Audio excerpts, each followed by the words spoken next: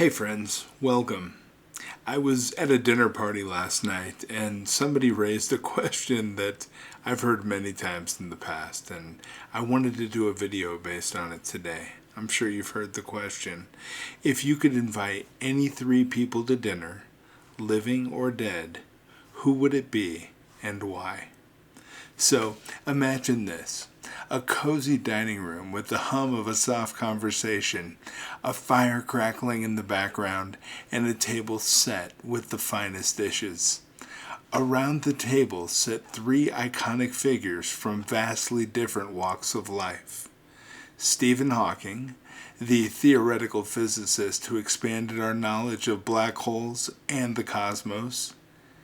Jesus of Nazareth, the spiritual teacher whose wisdom and compassion transcended time, and George Carlin, the irreverent comedian whose sharp wit dissects society's hypocrisies, and he's quite funny. But what would such a dinner look like? How would their distinct perspectives collide or harmonize? Buckle up, because this is not your average dinner party. I would begin. Welcome, everyone. It's truly an honor to have you here. Stephen, Jesus, George, thank you for making time. Well, from different dimensions, I suppose. Let's dive in. How do each of you view humanity's purpose in the grand scheme of things? Stephen Hawking, in his voice calm, deliberate, with a faint visible smile, says, humanity's purpose is tied to understanding. We are the universe observing itself, a tiny fragment of cosmic dust striving to comprehend the grand workings of space and time. Through science, we piece together the puzzle. Jesus, his voice soothing, filled with warmth. Stephen, you see the universe with brilliant eyes. But our purpose is not merely to observe. It is to live fully, to love selflessly, and to care for one another. Without love, no amount of knowledge can satisfy the soul. George Carlin speaks up, leaning back with a wry grin. His voice is sharp but playful. He says, "Oh, great, purpose. You got the brains, the heart, and me, the guy who points out the cracks in the whole system. You want to know the purpose of humanity?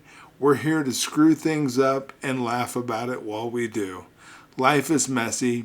People are ridiculous. That's the fun of it." Stephen Hawking chuckles softly. "George, while your cynicism is entertaining, I believe even the chaos serves a purpose. In physics, entropy is not the enemy.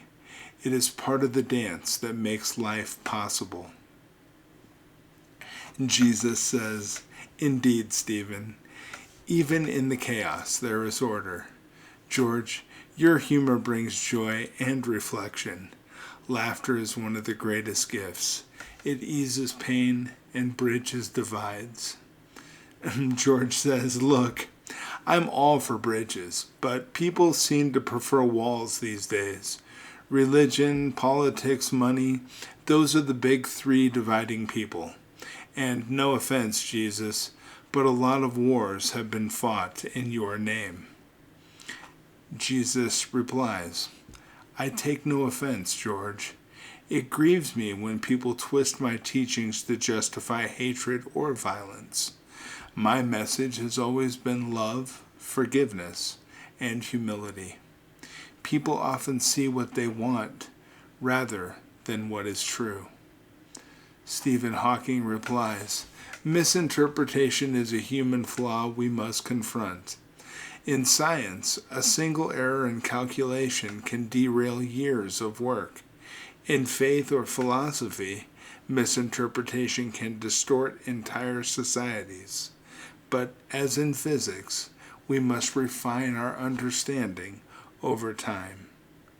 To which George Carlin replies, "I'll give you that. Refining is the key. Whether it's science or society, we gotta challenge ideas. That's why I do comedy. If people don't laugh at the absurdities of life, they might actually believe them. And then I reply, George, what absurdity would you say is humanity's biggest flaw right now? And George states, oh, where do I start? Let's go with hypocrisy. People claim to want peace, but manufacture weapons. They preach love, but practice division. And don't get me started on how folks buy things they don't need with money they don't have to impress people they don't like. It's insane. And Jesus replies, hypocrisy is a challenge. I spoke about it often. It comes from fear and pride, two forces that keep people from seeing clearly. But I believe in redemption, even for the most misguided hearts. Stephen Hawking states, fear of the unknown often leads to such behavior. Humanity's survival depends on overcoming that fear, whether by exploring the universe or fostering understanding among ourselves. George Carlin says, see, that's where you two are too optimistic. I love the human race, but I don't have much faith in it.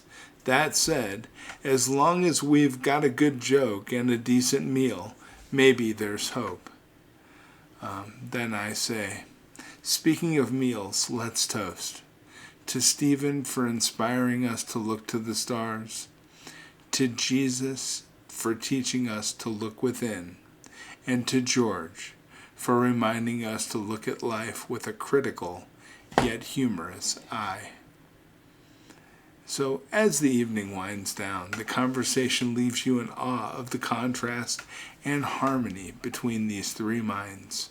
Stephen Hawking embodies the boundless curiosity of science, guiding us to understand the universe. Jesus offers the timeless wisdom of love and compassion, showing us how to live with purpose. And George Carlin, well, George, with his biting humor, ensures that we never take ourselves or our flaws too seriously. From the celestial to the spiritual to the satirical, this dinner party reminds us of one thing. Our world is richer when we listen to diverse perspectives. The most profound truths often emerge not from agreement, but from the interplay between differing views. Wouldn't it be wonderful if every dinner was this enlightening? Who would you invite to your dinner? Who would you have over, and how might that conversation go? Something to ponder and consider, right? I hope you have a beautiful day. I love spending this time with you, and thank you for considering this oddity with me. We just had an idea, and I thought we'd do something a little fun, and I wanted to share that fun and maybe a little smile with you today. Have a beautiful day, my friends. I'll be back tomorrow. We'll discuss more good information and take care of each other, okay? Be well. Talk to you tomorrow.